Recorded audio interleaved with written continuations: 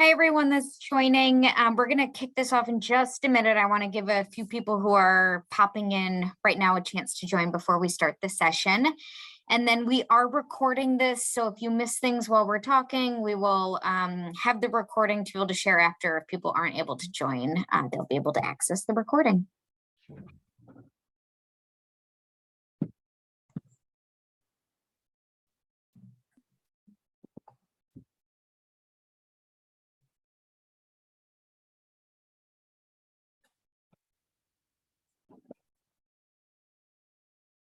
Okay, I think we can jump in. We only have 30 minutes and I want to make sure we get through everything today. So thank you all who are able to join us.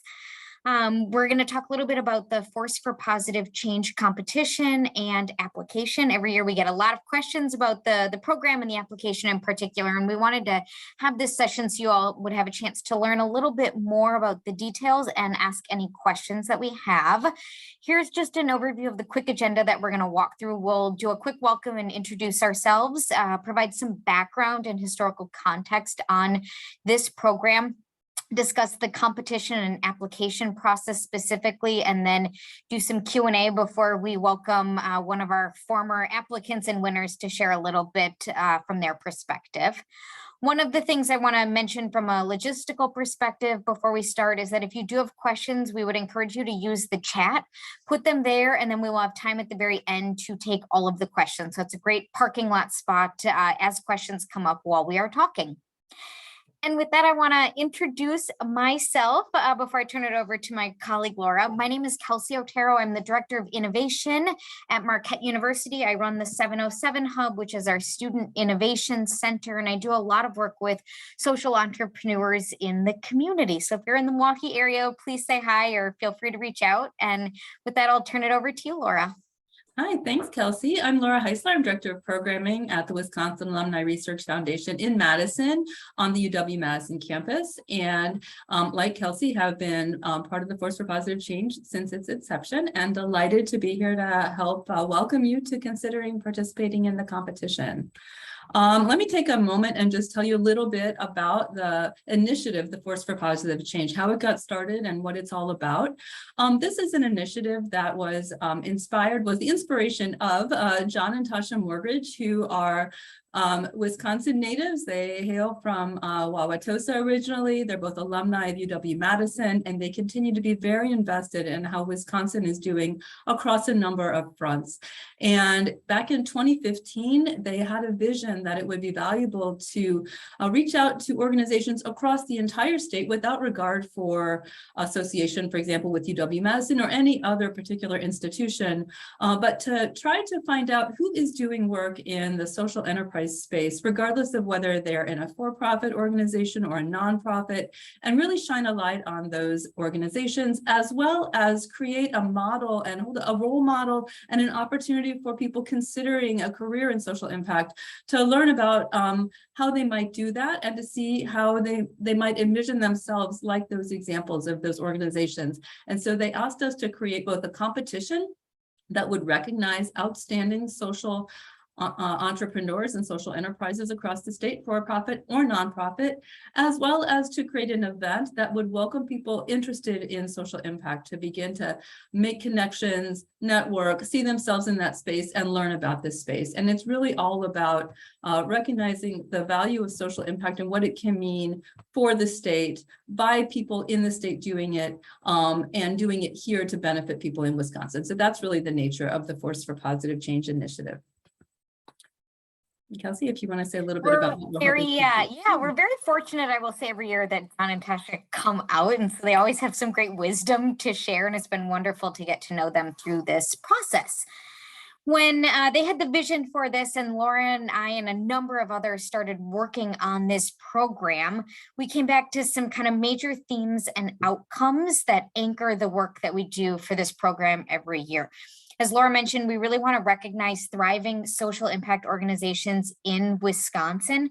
These are organizations that have been doing this work for a number of years. This is not a program for startups or people that have ideas. We're really looking for demonstratable KPIs and recognition that you are moving the needle through either your nonprofit or for-profit. And then this is also a way to connect emerging professionals, students, people throughout the state of Wisconsin that are starting to think about how social impact could be woven into their career or the work that they are doing on a daily basis. We are thrilled every year to present new concepts and new organizations and highlight groups and individuals who are doing some really impactful work throughout the state.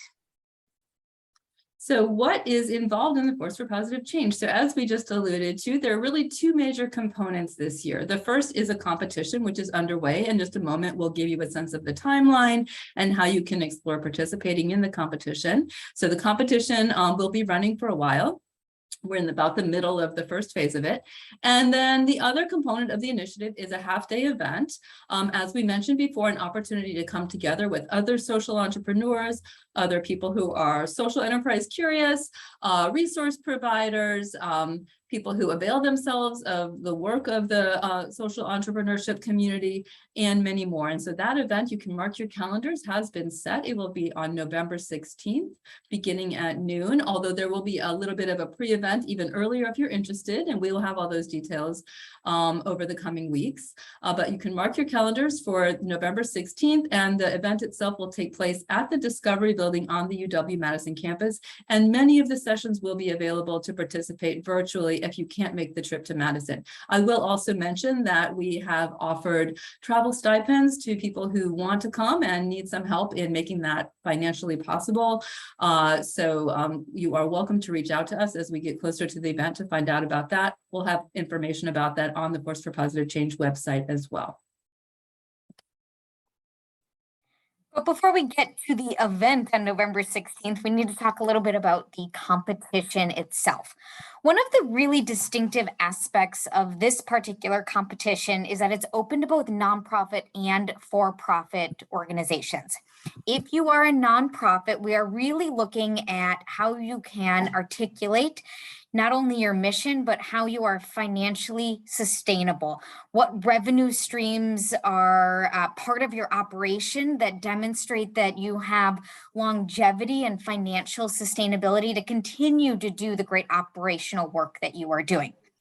If you are a for-profit, we're really looking for you to be able to articulate how your organization is weaving social impact into every single aspect of the operations and to the business itself.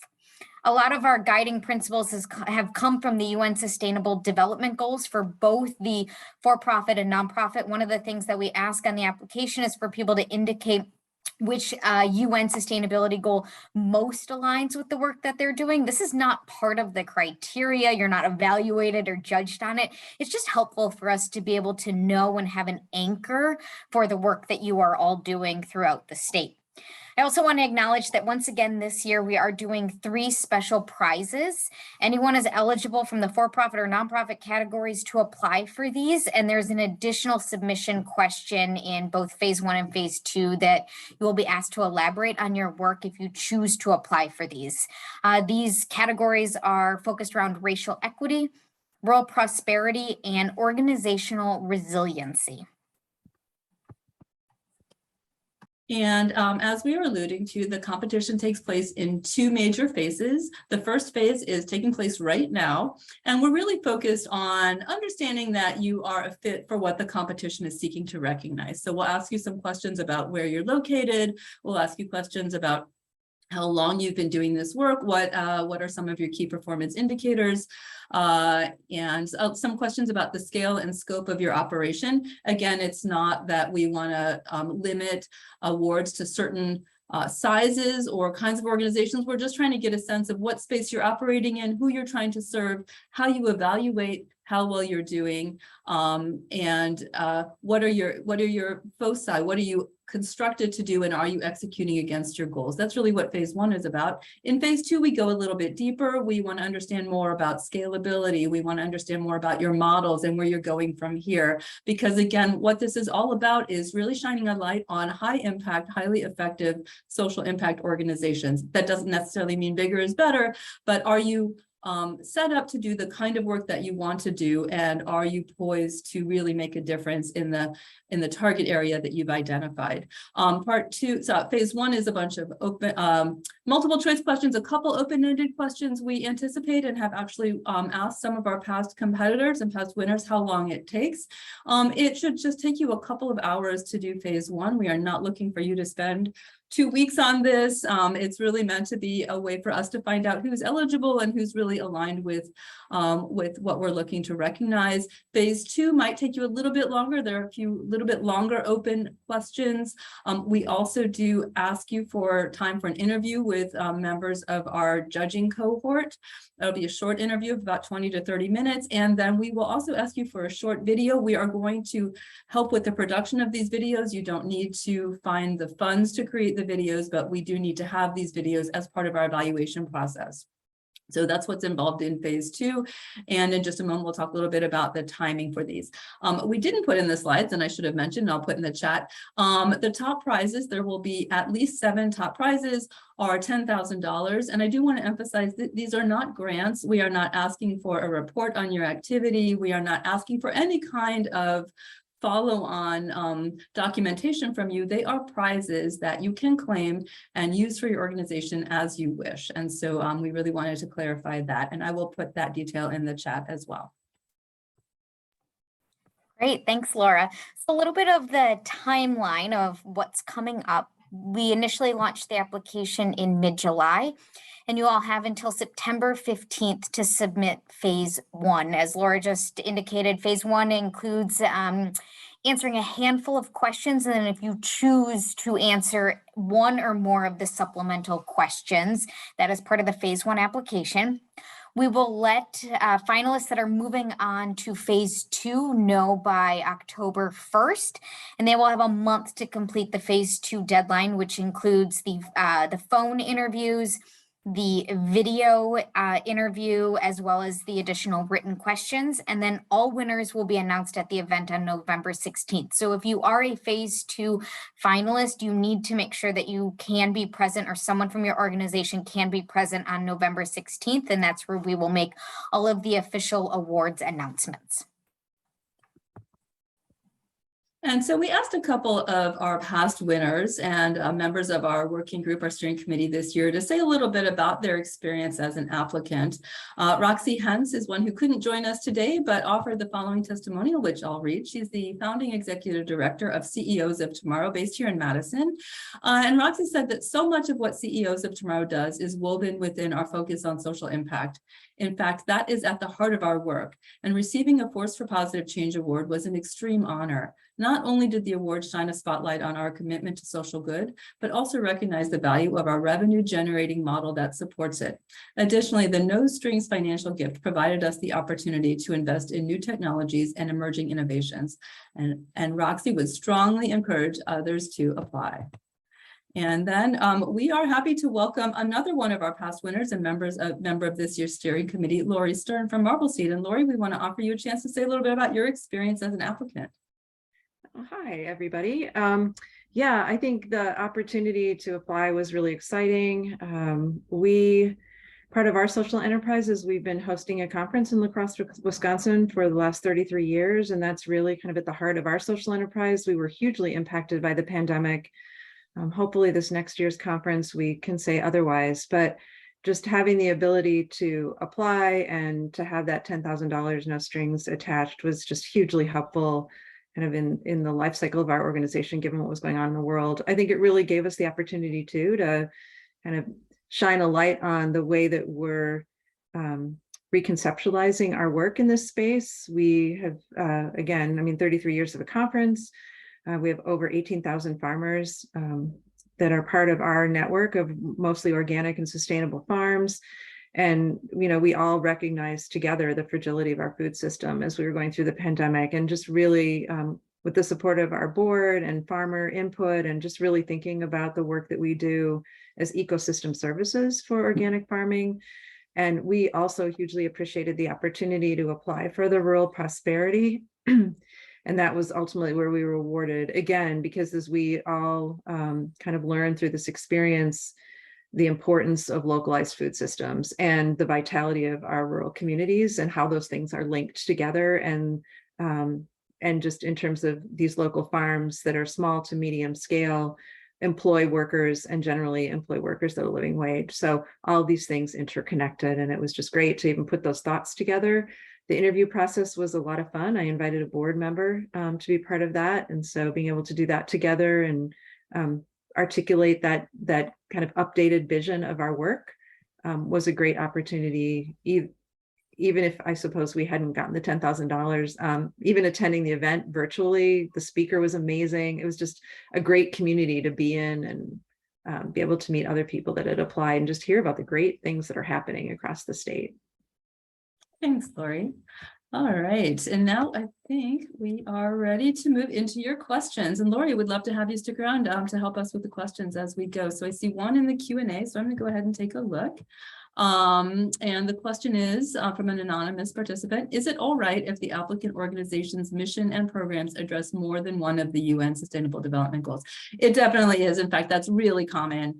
And I cannot remember on our form if we allow you to pick multiples or we ask you to choose the most important one. I'm embarrassed to say I don't remember. Kelsey, do you remember? We would ask people to pick the one that they feel is the one that maybe most directs their work, but most people have multiple that they do. So it does force you to make a little bit of a decision, but it's not part of the criteria in any way. It just helps us to have a sense of what people are working on throughout the state. Yeah, and we do try to make sure that we are looking at a range of organizations, so that as we do additional work in this space, we force ourselves to explore sectors where we maybe haven't had as much connection in the past. So it does help us get a sense of where's the network that hears about the award, how can we continue to expand that over time. So that definitely helps us have a broader reach across the state as well. I see a new question. What are the special prizes in addition to the $10,000 prizes, and are you able to apply if you've received a prize before? These are great questions. So let me clarify on the prizes. So we anticipate right now having a total of 7 prizes, one each of the special categories. So one for organizations that are focusing on racial equity, one for organizations that are focusing on rural prosperity, and one for organizations that are focusing on organizational resilience. So that's 3 of the prizes. And then the others would be more in the open category, where you don't have to choose to respond to those additional questions. So I hope that clarifies. There are a total of 7 $10,000 prizes. If we're able to capture additional sponsorship, and we're continuing to work on that, we might be able to offer more. In the past, that's been the case as we go through, but we will offer at least 7 $10,000 prizes. 4 open category, 1 each of the 3 special categories. And then, are you able to apply if you've received a prize before? We have had organizations who had received an open prize before, then focus on one of the special topics and be awarded another prize. So that would be the way to do that. If you won a special prize before, you'd want to look in a different category. If you won an open prize before, you can be considered for the special category. I hope that answers your question. I see a question from Ginger. If we apply in one of the special categories, will we also be considered for an open prize? Yes. Yes, you will. The reverse isn't true. If you just apply for the open and you don't answer the extra questions for the special prizes, we won't consider you for those. So it's really, yes, if you do answer the special prizes, you will also be considered for an open prize. Great questions. Feel free to keep them coming. Anything else that we should make sure that people know as we're going? I also feel silly that I didn't put the website on our slides, but I did put it in the chat. So if you do want to find out, first of all, if you want to get to the applications, you can do that at wharf.org/positive change. I will put in chat, our emails. You're welcome to email me or Kelsey. I'll put mine, Kelsey, if you could put yours. Feel free to email us. We respond personally to questions. We very much want to demystify this process and lower the barriers to entry for anyone interested in participating. I will always hop on a phone with folks, send emails. We're really here to make this something accessible. We really want to make sure that we're reaching organizations that are fit for what this competition is about and what the event is about. So our emails are in the chat, and they're also on the website. Again, WRF.org/positive-change. I'm going to look to see if we have any additional questions. Okay. Are there any, from Jessica, are there any restrictions for those who have earned an honorable mention in the past? No, in fact, we've had honorable mention winners come back and then be awarded a full prize. And so that's part of, we're hoping that you'll take another look and stay with us and keep engaging with the process. So that's a great question, and you're welcome to apply for a full prize, any of the full prizes. And then from an anonymous participant, does the website list prior winners and in which area they focus? I don't know, but that's a great question and something that we can add as we build out more content. Thank you for asking for that. I believe in the past, sometimes we've done that. I don't think it's there right now, but we can certainly add that in. So give us a little bit of time and we'll do that.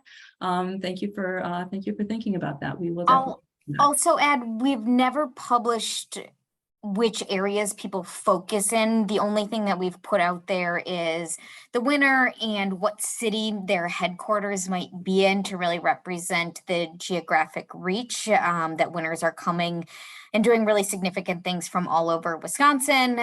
So the focus area is more important for us internally on the back end. It's not something that is shared or publicized or part of the overall judging criteria. Yeah, thanks for clarifying that, Kelsey. We can hyperlink the winner organizations, though, so you can learn more about them. What is the typical number of applicants? Great question. In phase one, we typically have between 150 and 200 applicant organizations. So that does make it, the numbers can be challenging. We try to advance about the top 10 to 20% onto phase two, depending on how many folks we have. So it is competitive. There are a lot of organizations in Wisconsin doing this kind of work. So that's what we've been seeing, about 150 to 200 over the different years. I will say, because we get so many applicants, a couple of things that might help differentiate, and I know Laura and I have gotten a few questions already from people saying they've applied in a past competition and want to know what advice. I'll share what we've passed on to others. One of the big things is really making sure you articulate multiple revenue streams or more than just philanthropic charitable donations. There's a lot of organizations for who that is their core, but that's not necessarily what is prioritized in this particular competition. So we really want to make sure for-profit and nonprofit organizations can articulate their sustainability, what their revenue breakdown might be, what some of those sources might be.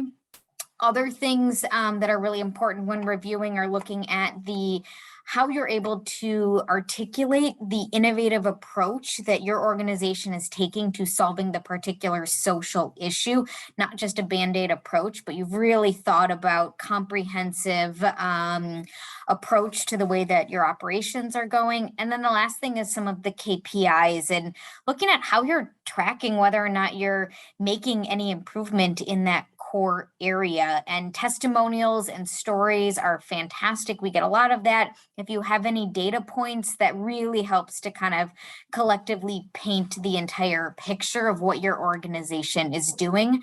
Each year for us, and I'll say the judges love it too, there's new organizations that emerge that have been doing this work or started since we first started Force for Positive Change. And so assume that the judges don't know much at all about your organization. So helping them to understand the focus area, the social issue, and then how you are set your organization up to continue to do good work in Wisconsin and improve the lives of people in Wisconsin is really important.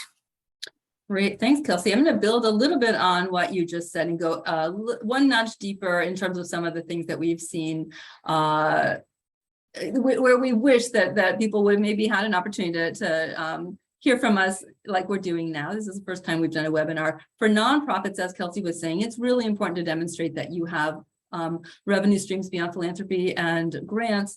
That doesn't mean that you have to have 90% of your revenues covered by those revenue streams. It just means that you are aiming toward sustaining more of your organization through that kind of revenue model. So the original vision from the mortgages was to try and get these two different sectors to meet in the middle, to get for-profits to be a bit more mission focused, to get nonprofits to be a bit more financially sustainable and entrepreneurial, and try and create some kind of crossover where it's the best of both worlds, that for-profit organizations really have a heart and a soul. And for those, I would say a really key thing that differentiates those that succeed from those that don't quite make it further in the competition is, can you demonstrate in your mission statement and in the way that you're structured, the way that you engage with your stakeholders, the way that you communicate about your organization, that you have more in mind besides just being financially viable as a business? Is it in your DNA? Is it in your mission statement? Is it visible on your website? Is it visible in terms of the kinds of activities you engage in,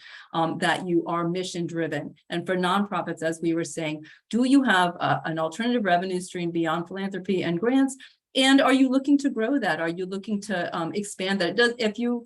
If that revenue stream covers 5% of your operations, but you have a vision for that to be a lot more substantial, that would be a really compelling thing vis-a-vis this competition. It's not like we have to see that you're all the way there, but that's where you're going and you have a plan to get there. Those are the things that we're really looking for. Hopefully that clarifies a little bit what differentiates, as Kelsey was saying, those that succeed versus those that don't quite make it over the phase one hurdle. Great. Okay, I am looking to see if there's any more questions. Anybody else? Lori, did you want to say a little bit about your comment about the videos?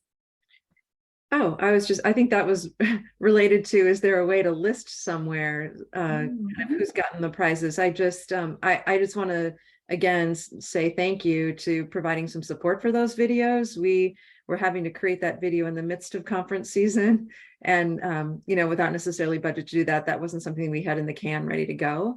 And so the fact that y'all came up with some support for those folks that are in that phase of the process, because that again is a value add, that even if the prize money doesn't come through for you this year, you do have that video for whatever you would need it for in the future that can tell that story of social entrepreneurship and being mission driven. Fantastic. Great. Thanks for that, Lori. Great. We have just another couple of minutes in case there are any last questions. I see one coming in. Okay.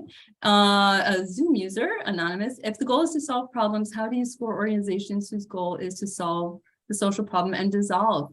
Really interesting question. I think, we're really trying to get at, are you identifying the root cause of a problem, and do you have a proposed solution or an active solution that helps address that? And yeah, if you are successful in addressing that problem and you go away, we haven't had that come up before. I think that's intriguing.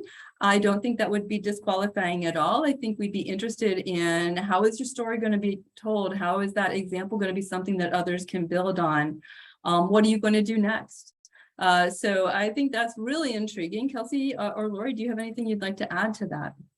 Love that. I think that's great. I think that's what most organizations work towards as the ultimate goal, and would love to see how you in the application are articulating steps that are getting you there. That's really what phase two is looking at, that the scalability or output of and sharing of your model as a best practice to build the field.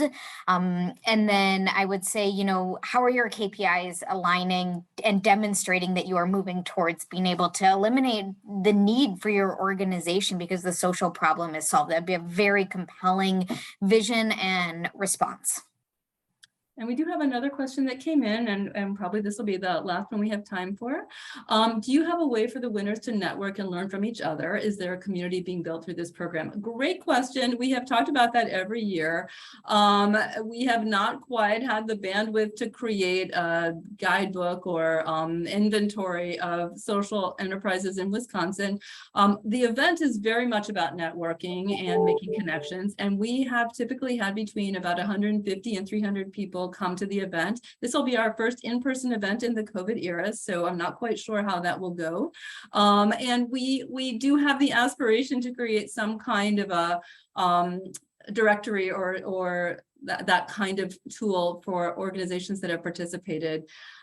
We can certainly make connections, and we can share out, as has been asked before, who the winners have been in the past, and that is probably a good start. And really appreciate the interest in that, and hopefully maybe this will be the year that we finally have the bandwidth to create that directory. But the event is a fantastic networking opportunity, and in addition to other social entrepreneurs, as we mentioned earlier, there'll be people who support the entrepreneurial ecosystem, from investors to attorneys to all kinds of organizations that work with social enterprises. So the event is a great start, and we can build from there. With that, we are at time. Last question, wait for the winners. Oops, so that went away. Okay, yes, so that we are at time, but feel free to email me or Kelsey. Check out the website. We are here to be a resource. So thank you so much for your interest, and best of luck, and hope to see you at the event in November. Thanks, everybody.